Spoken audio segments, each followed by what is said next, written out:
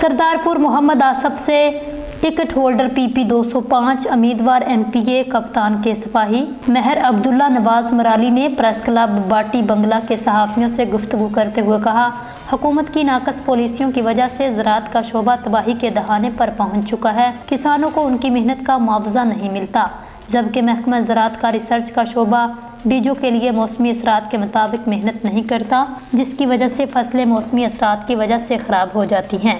अगर हुकूमत ने किसानों के लिए कोई बेहतर पॉलिसी मुरतब नहीं की तो ज़राअत का शोबा मुकम्मल तौर पर तबाह बर्बाद हो जाएगा।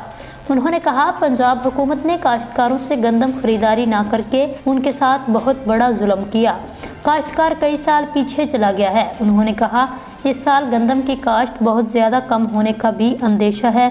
उन्होंने कहा, अगर हुकूमत काश्तकारों को उनकी अजनास का बेहतर मुआवजा नहीं देगी तो काश्तकार काश्तकारी छोड़ने पर मजबूर हो जाएगा। उन्होंने मज़ीद कहा, अब गन्ने का सीज़न शुरू होने जा रहा है, मगर शुगर मिल्स मालिकान ने काश्तकारों को गुज़िश्ता साल की करोड़ों रुपए की अदायगियाँ अभी तक नहीं की और अब भी शुगर मिल्स मालिकान मनापली करेंगे, जिसका नुकसान काश्तकार को उठाना पड़ेगा।